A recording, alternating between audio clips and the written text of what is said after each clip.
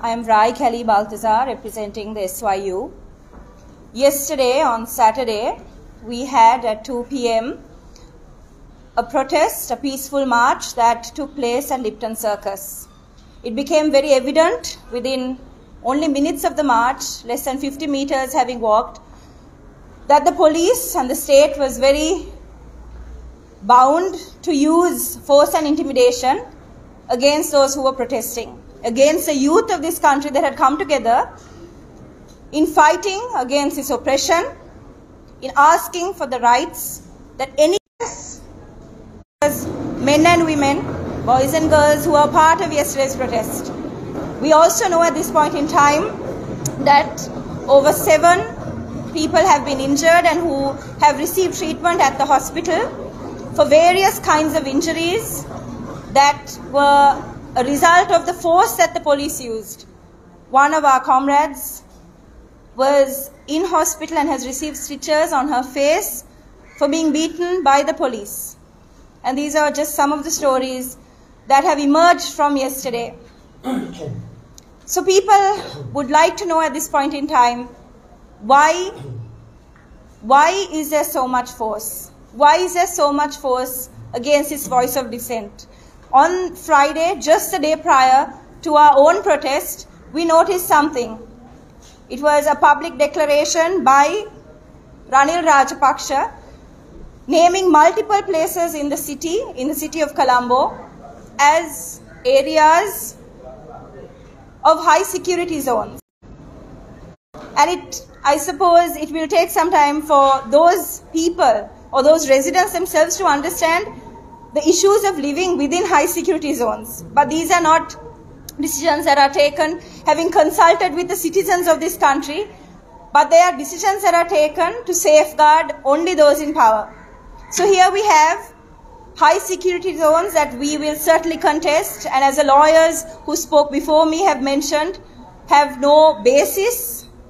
And we also understand that despite even having this conversation of high security zones, the route that we took as the SYU yesterday was not in conflict with these supposed high security zones either. So truly, there was no legitimacy or no legitimate reason for the police to arrest.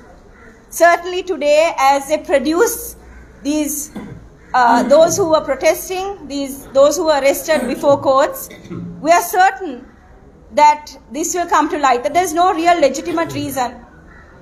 But we understand that Ranil Rajapaksa has a very keen interest in making sure that he makes all those who've been a part of the Aragalaya, in particular in the last few months, truly suffer.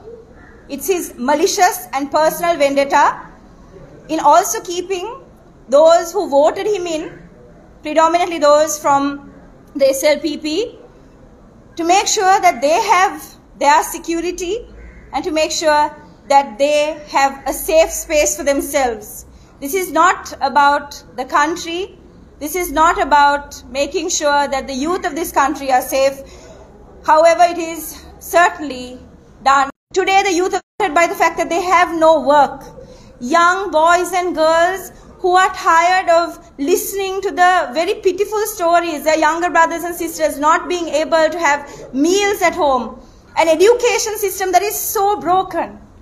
Young people whose aspirations for higher education, for family, for a better life, for joy, for peace in their lives. These are the people who we are calling protesters. These are the people who are coming onto the streets.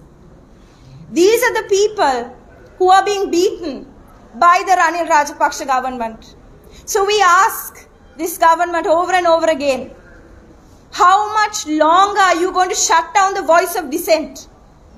How much longer will you continue to fight the youth of this country? It is now the youth, but tomorrow you will have more people join, because the real stability that this country needs has not been met with. And we believe real stability can only be met with if there's a call for a fresh mandate.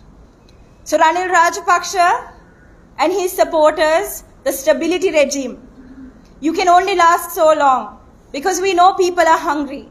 Because we know people are tired, because we know people are fatigued. But despite however fatigued we are, the Aragalaya will continue.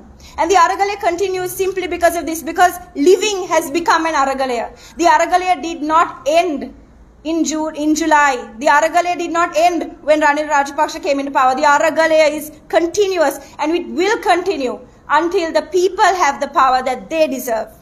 And this is a message that we want to give out to those watching, and in particular to those in power. Do not use your force and intimidation against us. Do not keep shutting down the voice of dissent. It is going to become an increasingly hard job for you.